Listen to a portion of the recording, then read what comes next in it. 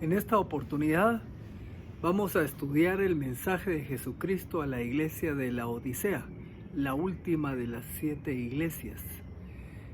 Y de manera particular, como ustedes van a ver, es la única iglesia a la que Jesucristo no la felicita, no encuentra nada por lo cual reconocer su trabajo. Al contrario, únicamente la reprensión. Sin embargo, de alguna manera nos ayuda a poner atención también viendo el ejemplo de esta iglesia en cómo está nuestra vida y evaluarnos a nosotros mismos. Así que empecemos este estudio con el mensaje de Jesucristo a la iglesia de la Odisea. Muy bien, estamos aquí con la pregunta si usted pudo leer la historia de Juan Wesley.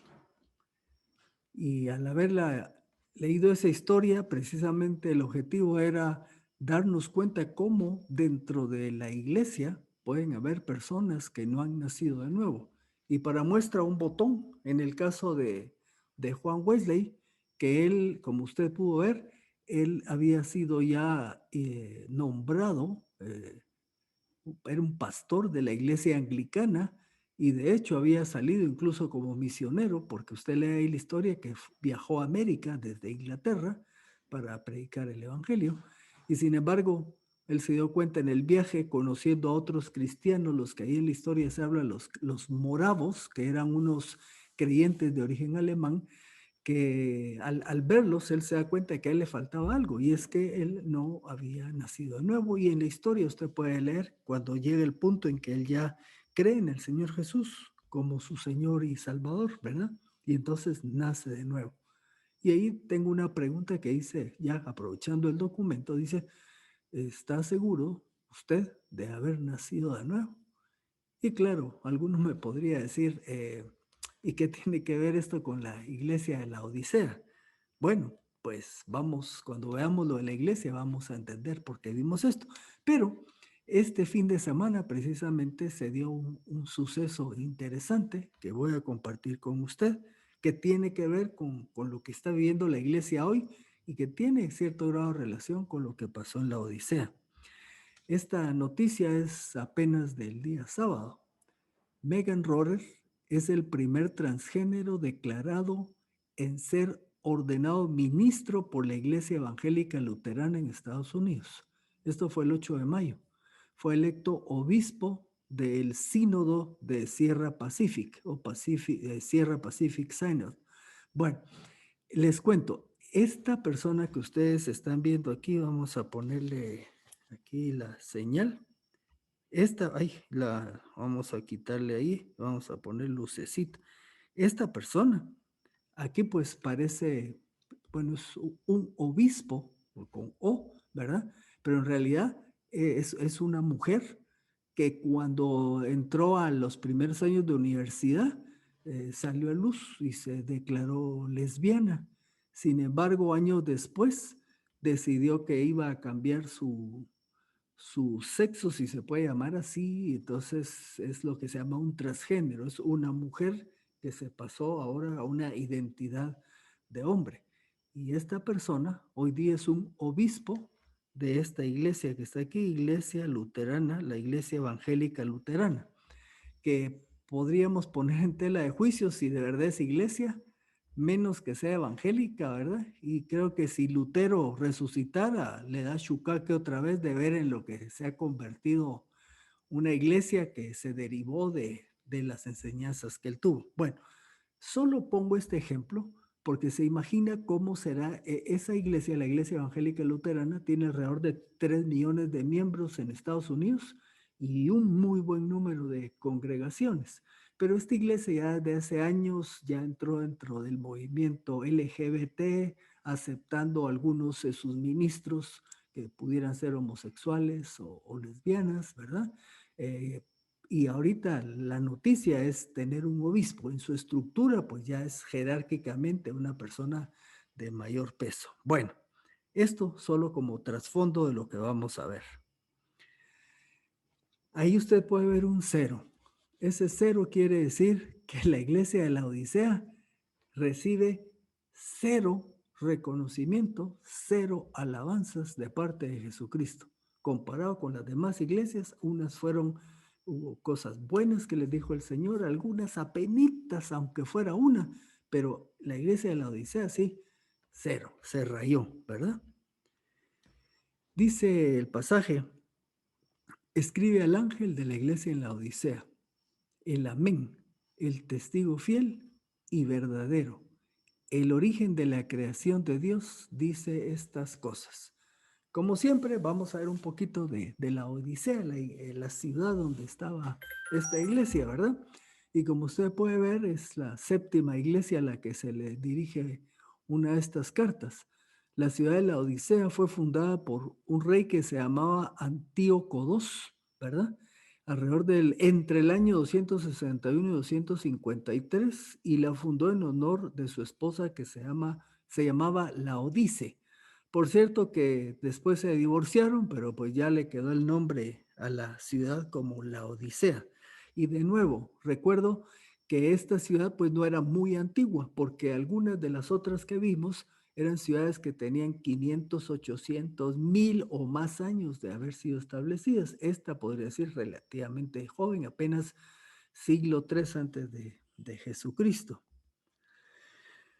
Esta fue una próspera ciudad comercial ubicada en la intersección de dos importantes rutas y famosa por sus textiles de lana y algodón.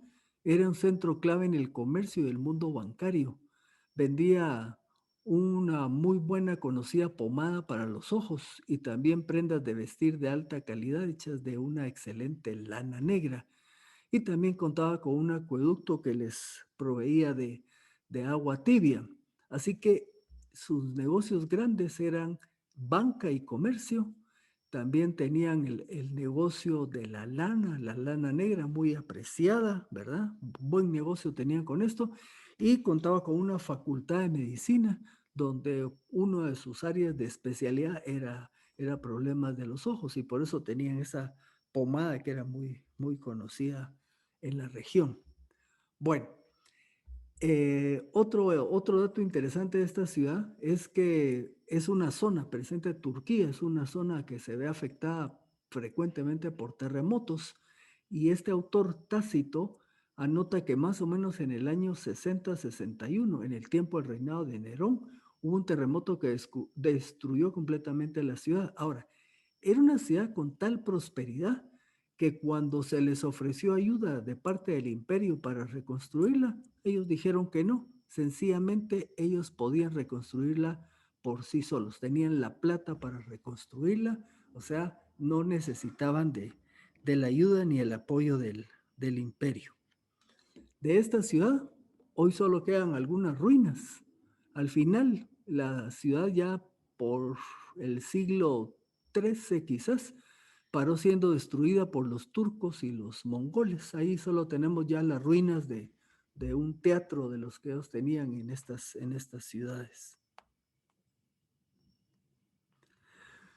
A esta iglesia de la Odisea encontramos ahí en Colosenses 4:16 que Pablo les escribió una carta.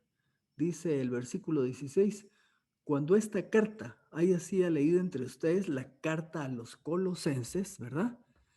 Hagan que se lea también en la iglesia de los laodicenses, y la carta de la Odisea, léanla también ustedes. Se recuerda que a veces buscamos qué más información tenemos de esta iglesia ahí en el Nuevo Testamento. En otro caso, en otras iglesias no hemos encontrado mayor información.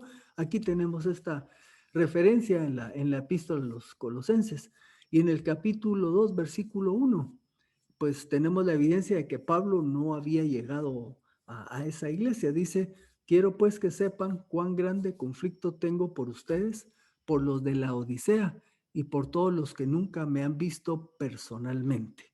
O sea, por esa razón decimos que Pablo no había llegado a esa ciudad. Luego nos dice el versículo 14 en su segunda parte, el amén, el testigo fiel y verdadero, el origen, y esa palabra origen también podemos decir que es principio de la creación de Dios, dice estas cosas. Muy bien, ¿qué significan estas palabras? el amén, tiene el poder para realizar lo que predice. O sea, cuando Jesús está hablando, lo que Él está diciendo y va a decir, eso se va a cumplir. Lo que Él dice será, se hará una realidad. Será y se hará una realidad. Cuando dice que es testigo fiel y verdadero, lo que está comunicando es que su testimonio es digno de confianza. O sea, su palabra es real. Su palabra, lo que Él dice, corresponde a lo que es la verdad. Y cuando dice que Él es el origen de la creación, pues lo que está diciendo es que Él es creador y por lo tanto establece su autoridad para juzgar. ¿Por qué? Porque Él es dueño de todo. Así que cuando va a hablarle a la iglesia de la Odisea, sencillamente ellos tienen que prepararse porque quien les está hablando es el dueño de todo, el creador, ¿verdad? Dice el versículo 15, yo conozco tus obras, que ni eres frío ni caliente. Ojalá fueras frío o caliente. Y aquí pongo yo a un lado, en su lado derecho, dice hachazo directo, ¿verdad? Porque no se anda con rodeos, nomás se identifica y ahora le dice, yo conozco tus obras, ni eres frío ni caliente, ¿verdad? Ojalá fueras frío o caliente. Vamos a ver qué opinión hay acerca de lo que es ser frío y de ser caliente. Por ejemplo, frío se refiere a los que son muertos espiritualmente. Son aquellos, son francos en reconocer que no tienen nada que ver con Jesucristo. Ahora viene Jesús y le dice, ojalá fueras frío o caliente. Y alguno diría, bueno, ¿cómo? Si fríos son los muertos espirituales, ¿cómo va a ser que ojalá fuera eso? Bueno, lo que pasa es que los que están espiritualmente muertos, por lo menos reconocen que son pecadores. Me explico, es más fácil hacerles ver cómo está su vida. Y aunque rechacen a veces a Jesús, por lo menos están conscientes de que están lejos de Dios. Y compartirles el Evangelio, van a ver más adelante qué pasa con los tibios. En cierta manera es un poco más fácil hacerlo con estos fríos, ¿verdad? Ahora, ¿quiénes son los que se refiere como caliente? Son los vivos espiritualmente, los que tienen una vida dinámicamente transformada. Es un creyente que está caminando en las huellas del Señor Jesús. Y los tibios, pues son aquellas personas que no son pues ni calientes ni frías. Miren, no son genuinamente salvas, pero no rechazan abiertamente el Evangelio.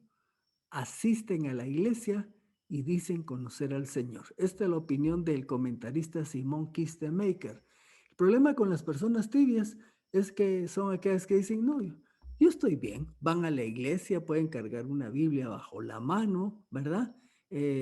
Aceptan livianamente las verdades del Evangelio y creen que están bien. Entonces, cuando usted quiere compartirle a una persona así, que cree que está bien, obviamente está poniendo una coraza, ¿verdad? Se está protegiendo, no logra penetrar el Evangelio en sus corazones. Y ahí a la par tengo una foto de la muerte, ¿verdad? Porque aunque se ve vivo, en realidad son muertos espirituales.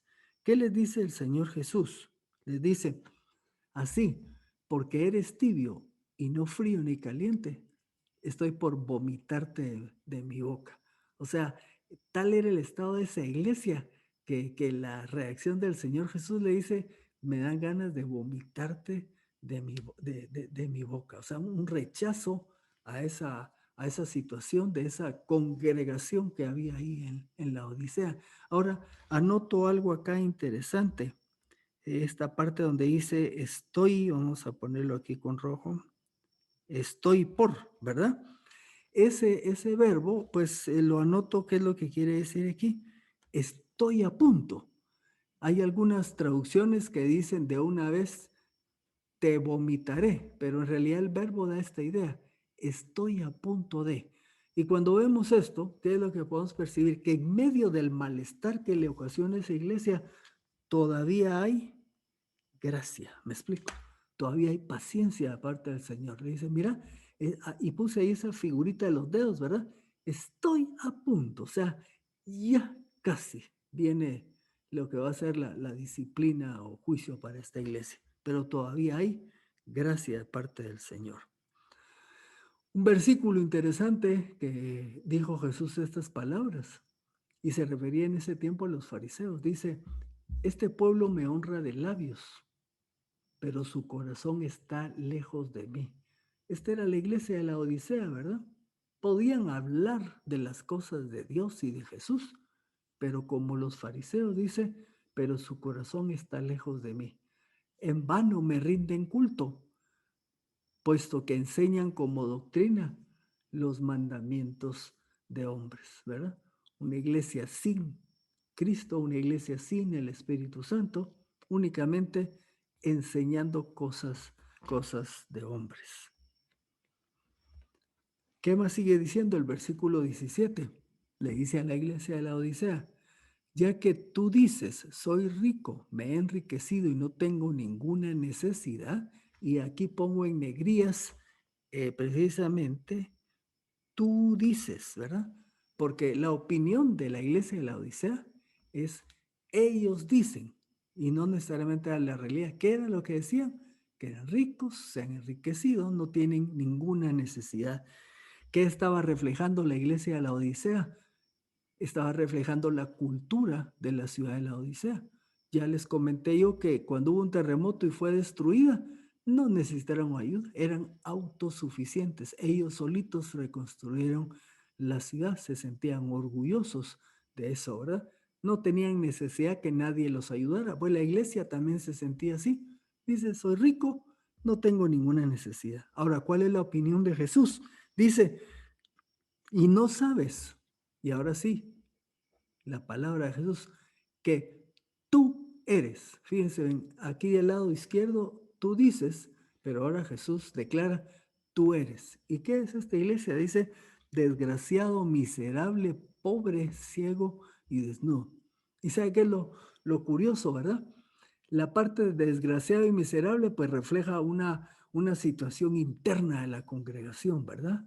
Desgraciado es lejos de la gracia de Dios, lejos de la misericordia de Dios, eso era como estaban.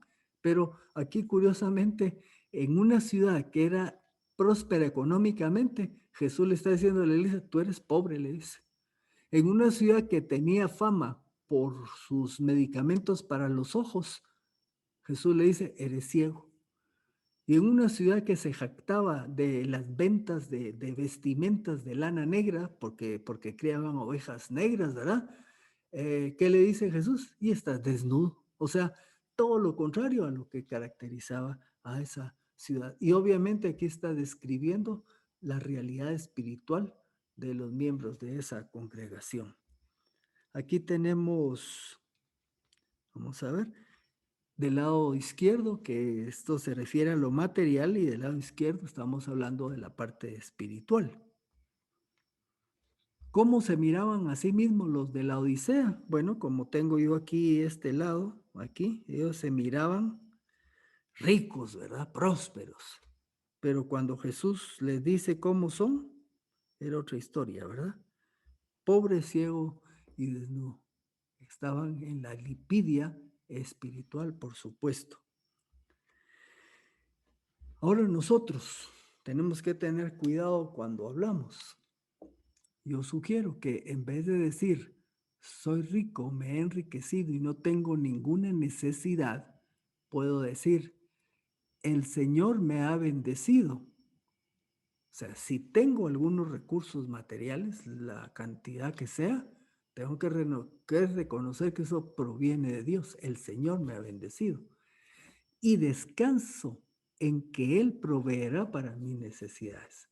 Yo no puedo ufanarme de que no tengo ninguna necesidad. Todos los que estamos en este estudio sabemos que la vida de pronto tiene sus giros, hay cambios. Y cuando en un momento dado estábamos tranquilos, de pronto surgen necesidades. Por eso digo, descanso en el Señor, que Él proveerá para mis necesidades. Si algo puede ser sumamente dañino para la vida cristiana, es la autosuficiencia.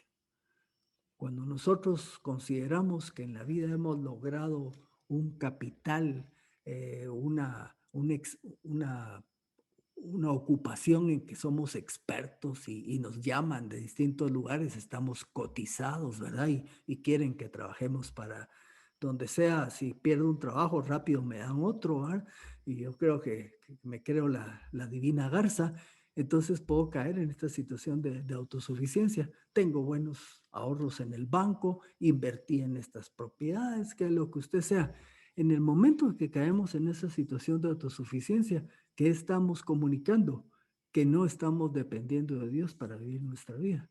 Y entonces estamos cayendo en una actitud como la que tenían los miembros de la iglesia de la Odisea. Así que tengamos mucho cuidado.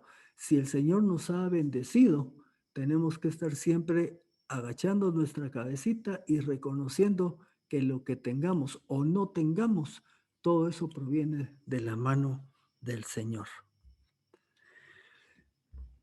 El autor del libro El triunfo del Cordero, que está ahí al final del primer párrafo, es Dennis Johnson.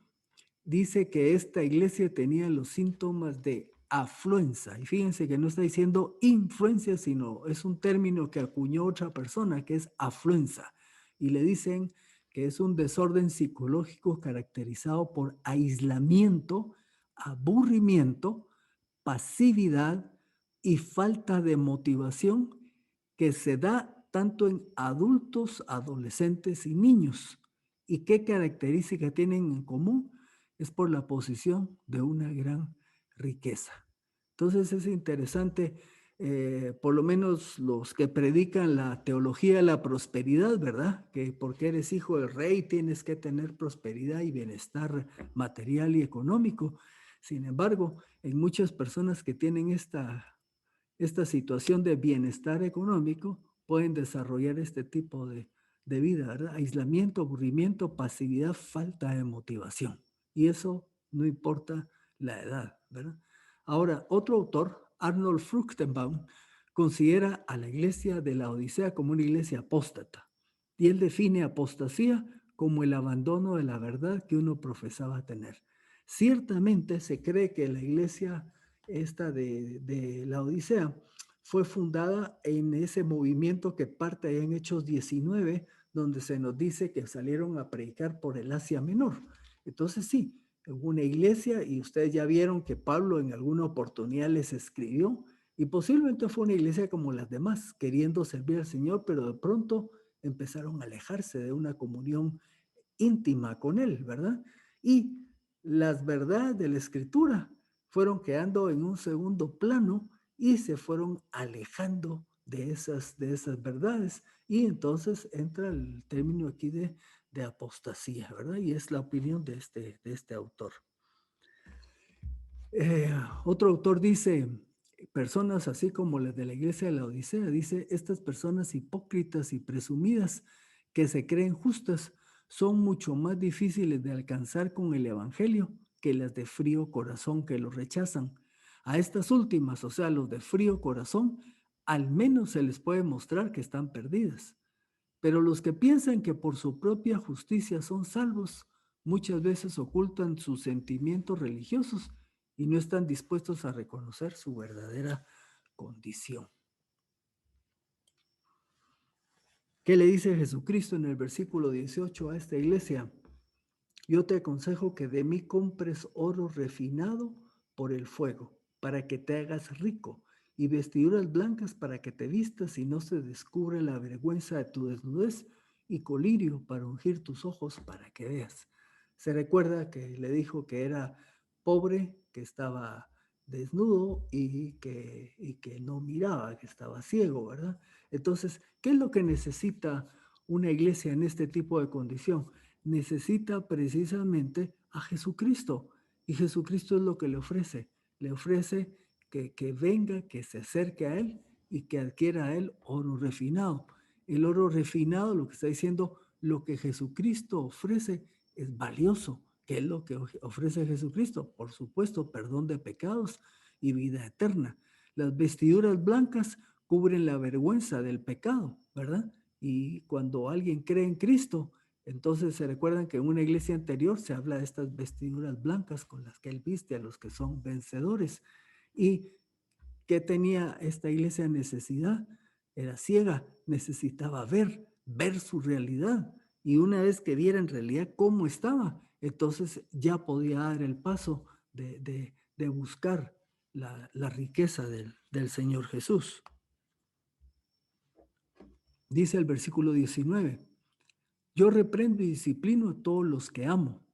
Sé, pues, celoso. Esta palabra celoso, otras versiones lo traducen como diligente o fervoroso. O sea, ponle atención a esto, es lo que le está diciendo, y arrepiéntete. Bueno, cuando usted lee aquí, yo reprendo y disciplino a todos los que amo, anoto a la derecha, usted se pregunta, ¿le está hablando a creyentes? Porque si hemos estado platicando que era una iglesia de gente que no tenía a Cristo en su vida, entonces, ¿cómo entiendo este versículo?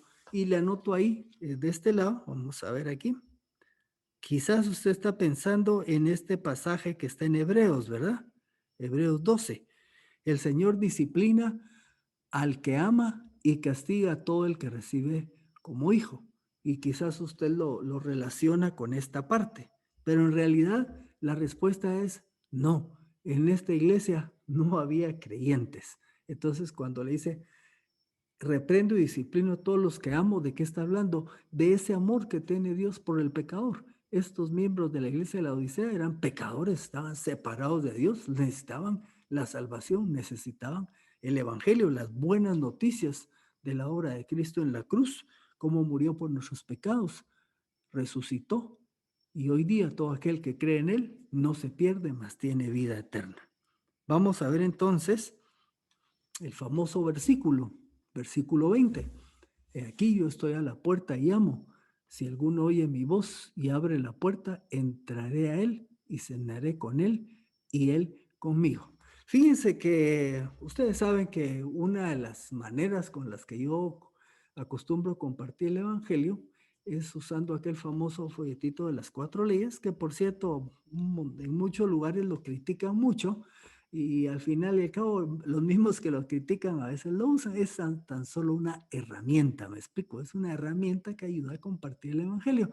Y en la cuarta ley, donde se hace la invitación a creer en el Señor Jesús, se utiliza este versículo. Y entonces algunos comentaristas dicen que es un versículo mal aplicado, y en cierto sentido tienen razón. Y les voy a decir en qué sentido. Si usted dice que en este versículo dice que Jesucristo está tocando a la puerta del corazón de la persona, ok, quizás esa es una deducción que se sale un poco de lo que vemos acá en el pasaje. Entonces, varios comentaristas dicen, lo que este versículo dice es que he aquí yo estoy llamando a la puerta, estoy a la puerta y llamo.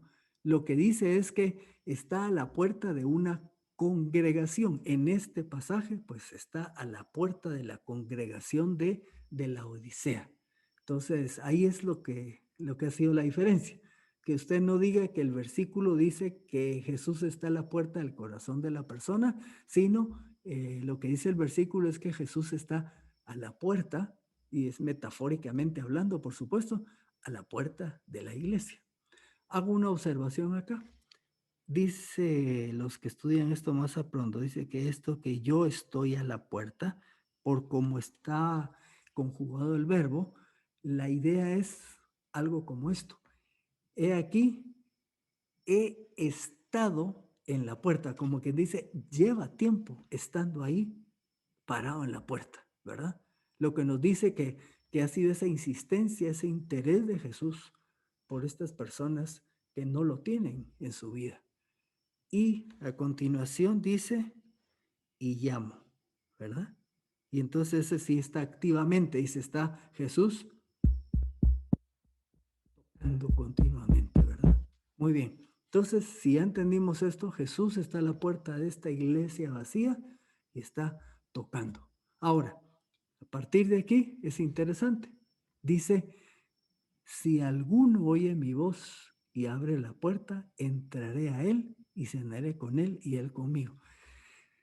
Me puse a revisar el término que se utiliza, ¿verdad? Y en esta parte ya está hablándole al individuo. Bueno, uno de los comentaristas, como John MacArthur, dice que Jesús está a la puerta de la iglesia y que, por supuesto, con un individuo que atienda a ese llamado de Jesús, Con un individuo que cree en él, prácticamente se abre la puerta en esa congregación con la posibilidad de que otros puedan creer en él, ¿verdad? Pero de nuevo, entendemos que está la puerta de la iglesia, pero después ya está hablando con el individuo. Dice, si alguno oye mi voz y abre la puerta, dice, entraré a él. Ahí yo le puse entre paréntesis la palabra autos, pero no se refiere a los carros, a los automóviles, sino autos es un pronombre. Y es un pronombre, el pronombre él. Y ese 3S quiere decir que está en tercera persona de singular. O sea, le está hablando a una persona. Y dice, si alguno oye mi voz y abre la puerta, entraré a él. Y luego agrega, y cenaré con él y él conmigo. Y por supuesto entendamos que esto es una metáfora, porque pues Jesucristo no va a entrar en la vida de una persona a comer, ¿verdad? Sería incorrecto interpretarlo de esa manera. La idea de cenar con él y él conmigo, lo que está hablando es de comunión, comunión. Recordémonos de Jesús, recordémonos en las múltiples ocasiones donde lo mirábamos comiendo con la gente. ¿Quiere usted una buena comidona? La alimentación de los 5,000, ¿verdad? Imagínese. Y luego el otro grupo que alimentó así también grandioso. Pero también lo vemos cuando lo critican, que estaba comiendo con publicanos y pecadores, ¿verdad? O aquella vez que le dijo a Zaqueo, mira, voy a ir a comer a tu casa. ¿Por qué? Porque en la interacción, en esa comunión se desarrollaba una relación. Bueno, esto es lo que quiere decir este pasaje. En pocas palabras, el problema de la iglesia, esta, es que estaba muerta. Tenía la ausencia de Cristo. Ese era su problema básico. Y aquí está la invitación de Jesús y dice, estoy tocando.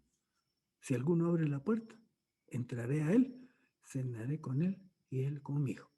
Si quieres relacionarlo con la vida de Juan Wesley, Juan Wesley, siendo pastor anglicano, salió para compartir algo que él no tenía. Y el caso de Juan Wesley, podríamos decir, Jesús estaba tocando a la puerta. Y llegó un momento en que al fin Juan Wesley se le abrió, el Espíritu Santo iluminó su mente y su corazón, y entonces sucumbió, cedió, se entregó al Señor Jesús. Y ahí entonces es cuando él ya nació de nuevo. La invitación, por supuesto, está a cualquiera de los que están en este estudio. Usted puede hacerse un autoanálisis y preguntarse si ha estado viviendo una vida religiosa, pero en realidad usted no ha tomado la decisión de creer en Cristo como su Señor y Salvador personal. Podría ser que usted como individuo sea un laodiceo, que tal vez le va bien, se siente bien, cree que está bien, pero posiblemente por dentro es pobre, ciego y desnudo y necesita la riqueza de Cristo Jesús. Así que, como muchos de nosotros, si usted considera que no ha dado ese paso, es sencillo, solamente reconozca a Cristo en su vida como su Señor y Salvador personal. Entréguele su vida, entréguese totalmente a Él. Termina. Al que venza, yo le daré que se siente conmigo en mi trono, así como yo también he vencido y me he sentado con mi Padre en su trono. Ya hemos dicho múltiples veces, ¿quién es el vencedor?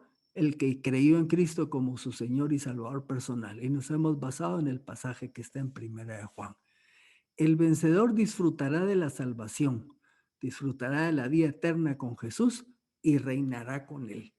A esta iglesia vacía, pero el que oye su voz y deja que Cristo entre a su vida, metafóricamente hablando, eso es creer en Él como Señor y Salvador, ¿verdad? Y me faltó explicar una palabra que decía en uno de los versículos anteriores donde dice, arrepiéntete. El creer en Cristo va acompañado de arrepentimiento. Arrepentirse es cambio de mente, es un giro de 180 grados, es reconocer que yo he estado tratando de salvarme a mí mismo, de vivir una vida y lograr la salvación por mí mismo. Arrepentirse es reconocer que eso no sirve de nada. es reconocer que posiblemente he vivido una mala vida haciendo lo que a Dios no le agrada y reconozco eso y reconozco que lo que necesito es que sea Cristo el que venga y cambie mi vida. Entonces el arrepentimiento acompaña a este proceso de creer en Él. El que tiene oído, oiga lo que el Espíritu dice a las iglesias. Y aquí es donde decimos, nos aplica a todos. Hemos oído lo que dice la palabra, entonces pongamos atención para ver qué es lo que nos está diciendo a nosotros. Voy a terminar con una, para que usted lo evalúe. ¿Quiere usted hacer un ejercicio para ver si anda cerca? Aquí este ejercicio se llama frío, tibio o caliente. Del lado izquierdo usted tiene varias áreas de su vida. Vida de oración, asistencia a la iglesia, estudio personal de la palabra, compartir el evangelio, en qué ministerio estoy, o sea, dónde uso mi don o mis dones. Y usted se puede calificar de 1 a 10. 1 es lo que usted menos hace. 10 lo que más hace.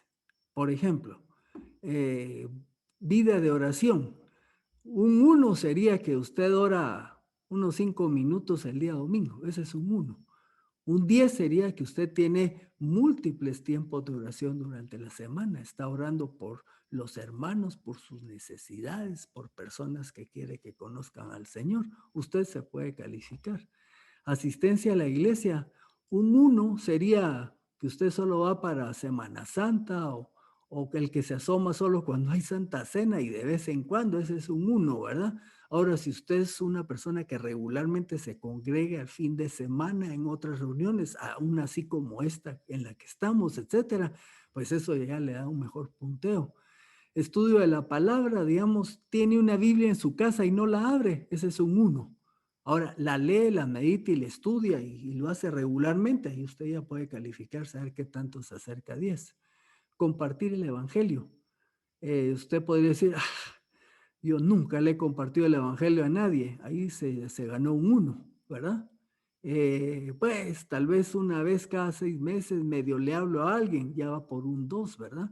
Ahora, si usted lo hace rutinariamente, está compartiendo a su alrededor, la gente que Dios le pone, usted le está compartiendo, ahí ya califica mejor. Y si usted está usando el don o dones que Dios le ha dado en el contexto de la congregación. Bueno, usted haga ese ejercicio, como esto queda ahí después en el YouTube, lo puede revisar y sume y luego divídelo dentro de 5. Si califica entre un 4, 5, 6, salió tibio, ¿me explico? Entonces salía pura la Odisea. Si calificó en un 1, un 2, posiblemente está frío, ¿verdad? Nada que ver con el Señor. Y el ideal es que podamos salir en un 7 para arriba, ¿verdad? Esto es tan solo un ejercicio que nos puede ayudar a poner en práctica lo que vimos esta noche. Gracias por acompañarnos en este viaje a través de las 7 iglesias, un recorrido que sigue las manecillas del reloj, empezando en la iglesia de Éfeso y terminando en la iglesia de Laodicea. Iglesias que estaban en lo que en aquel tiempo se llamaba Asia Menor y que actualmente es el país de Turquía. En el próximo estudio iniciaremos la siguiente sección en el libro de Apocalipsis, los capítulos 4, 5 y 6. Y estaremos viendo qué es el mensaje que encontramos allí, dónde se encuentra la iglesia, qué es lo que está haciendo el Señor Jesucristo. Estaremos ya abarcando los últimos tiempos. Nos vemos hasta la próxima.